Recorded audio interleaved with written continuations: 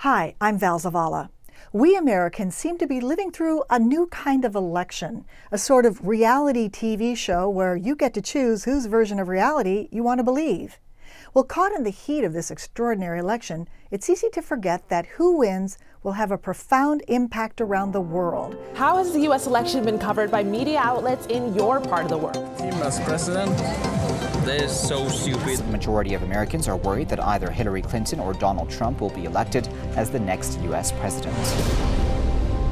In this episode of Mosaic, we look at how these and other broadcasters around the world are covering the 2016 U.S. presidential election.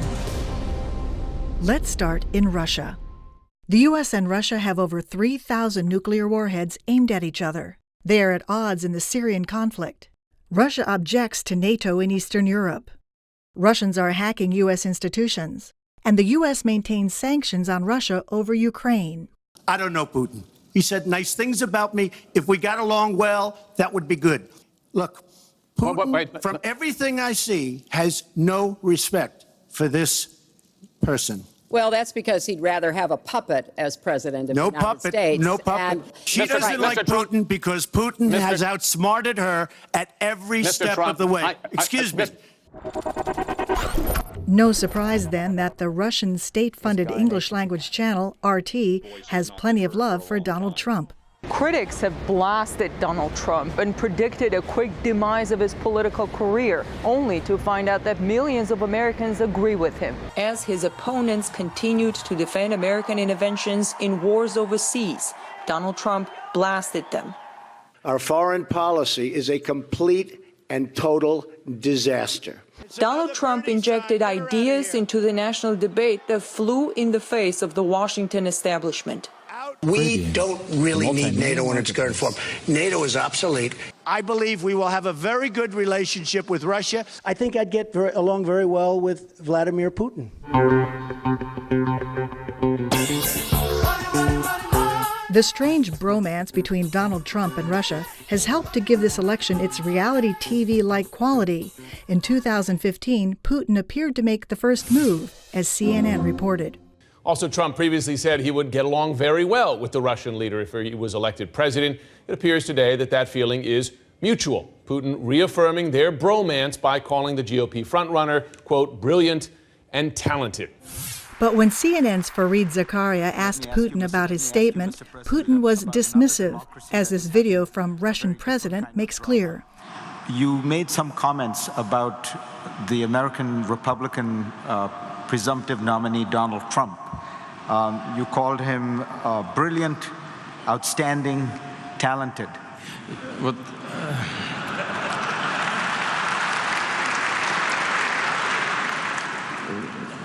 Вы известный человек в нашей стране, вот вы лично. You personally are very famous in our country. Why are you juggling with what I said? I only said that he was a bright person. Isn't he bright? He is. And indeed, as another Russian government-controlled media source, Russia Insider, proved, Putin did not say brilliant. Vladimir Vladimirovich, what do you think of Donald Trump?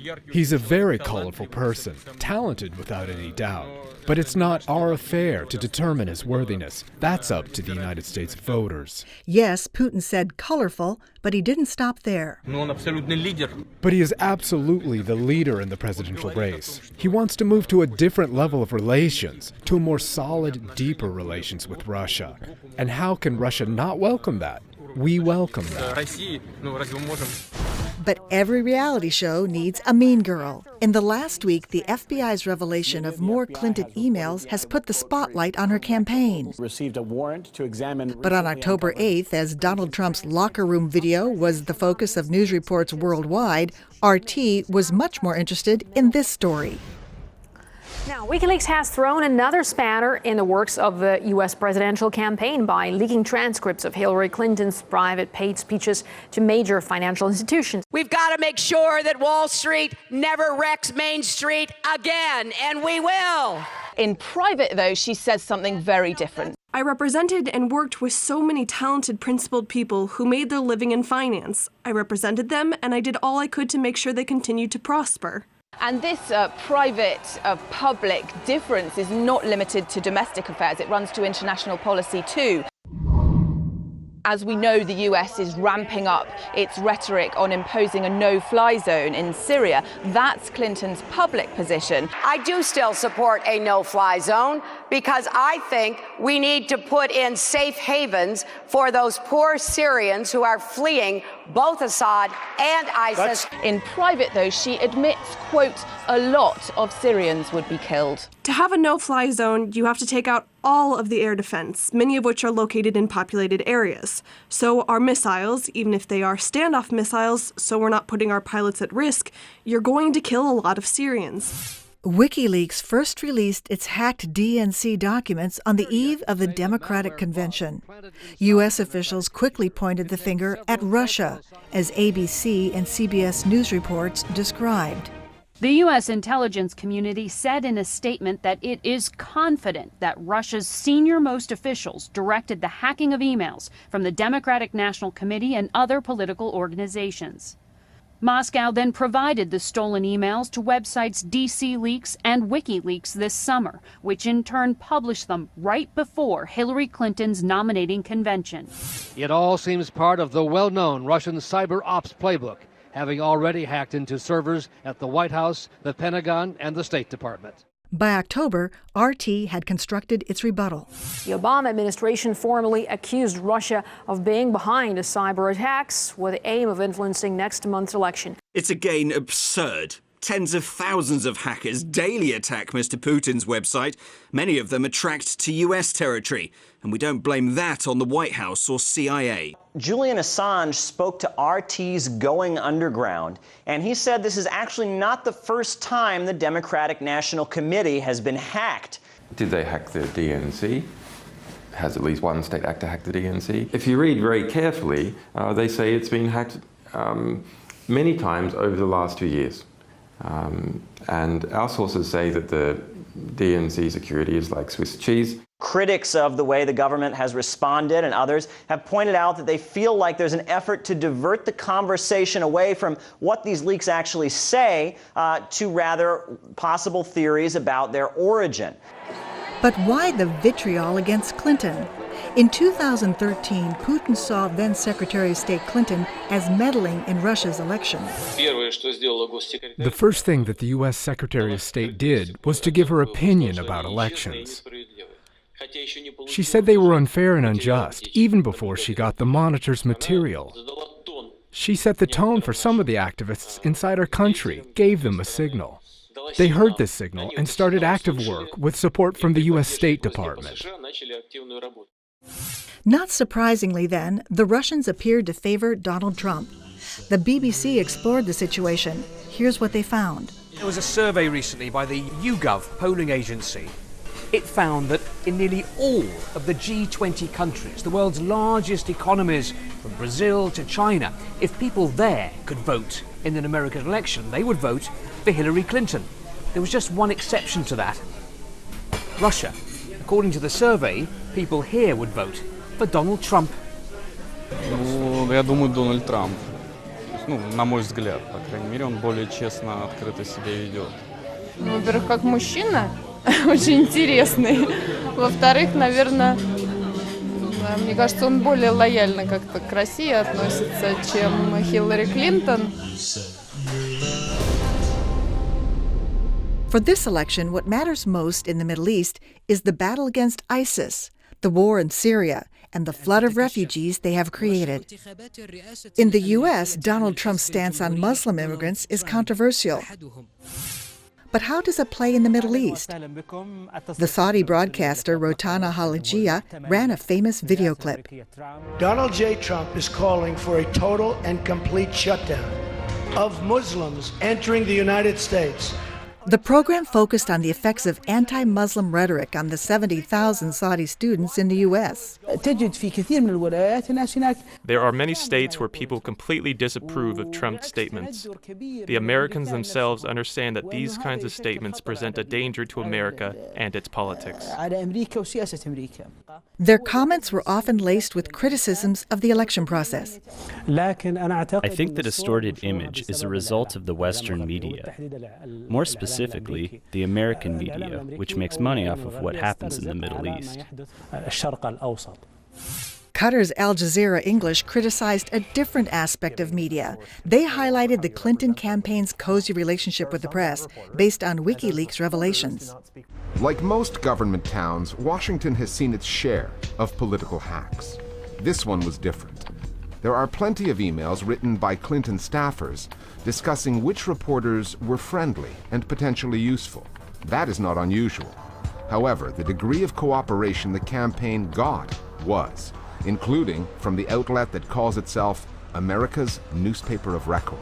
So they selected a New York Times reporter by the name of Mark Leibovich, saying that he seemed sympathetic. Well, a week after they selected him for the interview, he emails the Clinton campaign, and he gives them a list of the questions he asked and a few of the answers that Hillary Clinton gave that he thought that the Clinton campaign would object to. And he gave them veto power, his words, to sort of excise whichever questions they didn't like. Al Jazeera English is a credible news source, but some Middle East English broadcasters are purely in it for the propaganda. Iran's Press TV is a standout in this regard. Here are highlights of one commentator on the U.S. election. Many thanks for joining us here on Press TV, Mr. Hassan Ali. Now, this third and last debate, it was just two people going at each other. Yeah, unfortunately, the U.S. presidential election has become a complete farce and a joke. The U.S. is not a democracy, it's a farce. This is, the entertainment channels pushing out two idiots who are trying to score points on each other, with more than likely Trump being so obnoxious that ultimately Clinton will win, which will ultimately lead to some sort of psychotic war, because clearly Clinton has got serious bipolar issues and psychological issues. I mean, she's crazy. They're both crazy. But other Arabic language media are more thoughtful in their analysis and commentary. Al Jazeera Plus used Trump's Muslim statement as a jumping-off point, exploring a different direction. Trump puts his company name on a resort located in the UAE that includes a mosque. Trump makes millions of business projects with businessmen from several Muslim countries. Most of them are hotels, resorts, and real estates. His controversial statements towards Muslims forced the Landmark Group to stop dealing with him. Youssef al-Husseini, a well-known Egyptian commentator, had this to say. Muslims inside and outside of the states, Americans, students, visitors, he mixed them all together. You have to listen to his speech. His extremist speech isn't any different from any terrorists or extremists. Listen to this. Donald J. Trump is calling for a total and complete shutdown of Muslims entering the United States until our country's representatives can figure out what the hell is going on. The issue is not Donald Trump's words. The issue is the cheering and the applause we can hear echoing to his words. Ironically, the one rare uplifting moment in the campaign involved a Muslim, Khizr Khan, the father of a decorated Marine killed in Iraq. He was a sensation at the Democratic Convention, where he called Trump's proposed ban of Muslims unconstitutional. Al Jazeera's interviewer and commentators seemed proud that Khan stood up for Muslims. They commended him, calling his defense a ball of fire tossed between media and political elites. Trump has not exempted anyone from being attacked. The Pope, Mexicans, Muslims, but picking on Muslims was a big mistake on his part, because this was the first time in his campaign that he suffered a setback. The Washington bureau chief of the London-based Al Hayat newspaper, Joyce Karam, noted that Khan is a simple man. Khan is an American citizen, not a Democratic politician, and not a member of Congress. In 7 minutes, he was able to expose Trump and to rally the veterans to his side. So they came out and demanded that their elected officials denounce Trump. What we witnessed between Philadelphia and Cleveland is the rivalry between American fear and American hope. Khan's speech will remain in the memory of many people in times to come. But then Donald Trump stirred more controversy and a response from AJ Plus Arabic. If you look at his wife, she was standing there. She had nothing to say. Maybe she wasn't allowed to have anything to say. You tell me. Statements from Donald Trump against Ghazala Khan, a mother of an American soldier who was killed in Iraq in 2004. The answer came from Muslim women through the hashtag #CanYouHearUsNow. Hey Trump, what Muslim girl broke your heart? Why are you so salty? Proud to be from a family where my mother, sister, aunts, and cousins are working professionals. Hey D, I spend my time creating solutions with presidents and the like, so I guess we'll never meet. I was raised by proud Muslim parents who taught me that I was equal to any man. Mexico has come to stand for especially difficult issues in this election. What matters most, Trump's plan to build a wall and to curtail immigration in an attempt to bring jobs back to the U.S. The drug trade has also proved divisive. But the financial roller coaster ride this election has created for Mexico and world markets is getting attention from CBS News, NDTV, and Japan's NHK. Investors were particularly cautious as the markets opened ahead of the debate. But as they watched Clinton and Trump trade blows, they started to relax and feel more confident. We saw the Mexican peso, which had fallen to an all-time low just before this debate started. A Mexican peso has been an indicator of a possible Trump victory. Clinton's strong performance vis-a-vis Trump last night appears to have triggered a rise in U.S. stock futures, the Asian markets, even the Mexican peso. Analysts say that's because the financial markets view her as more predictable than Trump when it comes to trade and foreign policy. For investors, Mexico's peso has become almost a prime indicator of which candidate is ahead.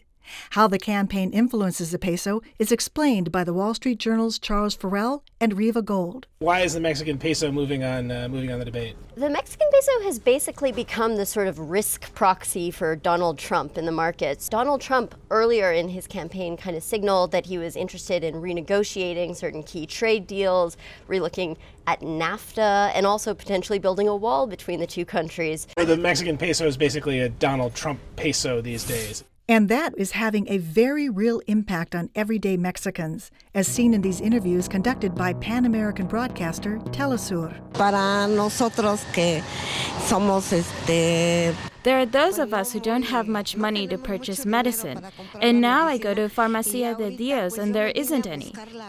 And the one across the street, it's just as expensive. So yes, prices have gone up a lot. The peso is also part of Trump's plan to build the wall between Mexico and the U.S. His plan is described here by Hispan TV.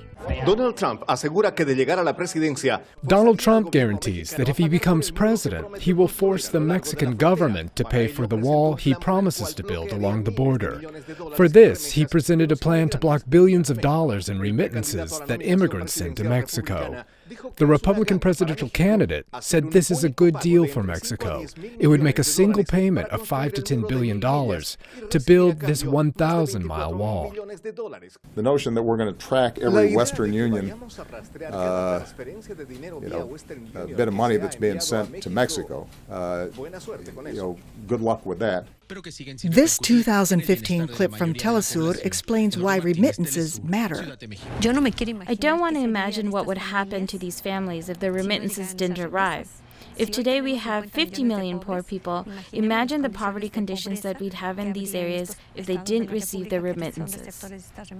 President Obama agrees those stakes haven't changed. Then we've got the issue of the implications for the Mexican economy, which in turn, if it's collapsing, actually sends more immigrants north because they can't find jobs back in Mexico.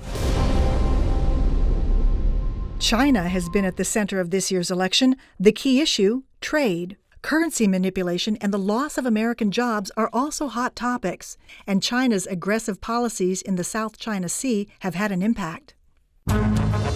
This documentary on the U.S. election from state broadcaster CCTV aired in early October, and the producers didn't hold back their criticism. One is a raving billionaire with no political experience. The other is a scandal-packed former Secretary of State with 30 years of experience. They both claim to make the U.S. stronger, yet they do nothing but slander each other. During this U.S. presidential election, the candidates' performance overshadows their policies. Now, Chinese Perspective brings you the story.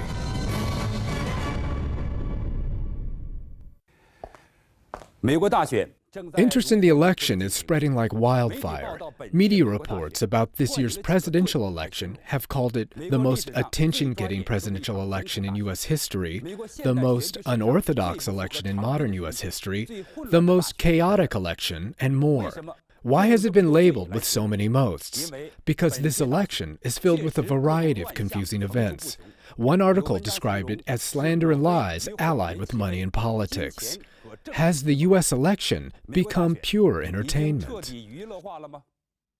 The documentary focuses the lion's share of attention on how China is being portrayed by the candidates. Trump spared no effort in harshly playing the China card, and he mentioned China dozens of times in one speech, which was made into an internet video. China, I have to have my China. China, China, because China, China, China, China, China, China, China. During the first televised debate of the U.S. election on September 26th, Trump began by putting blame on China again. What China is doing to our country in terms of making our product, they're devaluing their currency, and there's nobody in our government to fight them. Shortly after that debate, CCTV's English News offered these rebuttals to Trump's statement. Trump made several accusations against China, saying essentially that when it comes to trade, China doesn't play by the rules. But in 2015, the IMF said that the yuan is no longer undervalued.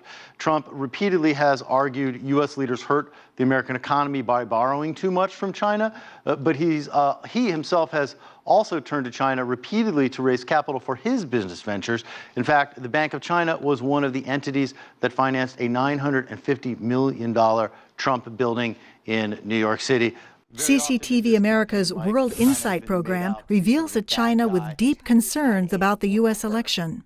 Are we going to see an election dominated by thoughts and opinions of elites, or rather by opinions and choices made by either the redneck or the common folks? Well, Tianwei, you've asked the key question. The urban population in the United States has become separated from the interests of the rest of the population in income terms or value terms and so forth. So the question really is how big is this disaffected group? That's the key issue. Is China's role now in the U.S. presidential election, has it evolved? If you ask what really motivates people to go vote, it's going to be things like health care, social security, and so forth. China's not a major issue, but it's a very convenient, what we might call straw man. What it really, China has come to stand for is a dynamic economy that has been rising as the United States, in the minds of many in the United States, has not made the progress itself that it wishes. Who is more likely, Professor Lambton, from your knowledge of these two people, in terms of understanding the real nature of this relationship and the necessity that the two countries really have to work together to avoid crisis? Right. I think Mrs. Clinton, for whatever you want to say, and I think many Americans have misgivings, including me, but on balance, she has been part of a policy for over 2 decades that's had its ups and downs, had its problems, had its things China doesn't like, the Chinese people, government, and many others. But on balance, she's dedicated to maintaining the fabric of a constructive relationship. I believe that. But don't expect China to cheer for Mrs. Clinton. As Secretary of State, her actions made her an unpopular figure in Chinese media. CCTV ran this story just before the Democratic convention. They reminded their citizens that Xi favored the Philippines in China's ongoing dispute over control of the South China Sea. The United States does not take a position on any territorial claim, but they do not have a right to pursue it through intimidation or coercion. On that day, right after Clinton signed the Manila Accord with the Philippines, she used the Philippines' self-made term, West Philippine Sea, when she referred to the South China Sea in her speech. If neither candidate is especially appealing to the Chinese, at least a propaganda point or two can be scored. The same Mandarin language documentary extolled China's less democratic but more orderly political system through the voice of an expert, Ruan Zongji of the China Institute of International Studies. They have to choose the lesser of two evils. Neither candidate appeals to them, and neither of them could do much of anything if they get into the office. So they choose not to vote. They give up the right to vote. So we have seen the voting rate in the U.S. fall lower and lower. This is called a democratic deficit. The documentary ends asking questions we Americans may be asking ourselves. A serious political election has turned into a wild party for all. Media outlets have called the U.S. election a political reality show. Behind the halo of democracy, it reflects the trends of political history, the rise of entertainment, and fall of politics. Will 2016 prove to be the year when entertainment triumphs at the expense of good governance? Ultimately, American voters will decide. Look deeper into how the world is reporting this election at linktv.org/mosaic. I'm Val Zavala. Thanks for watching Mosaic. And remember to vote on November 8th.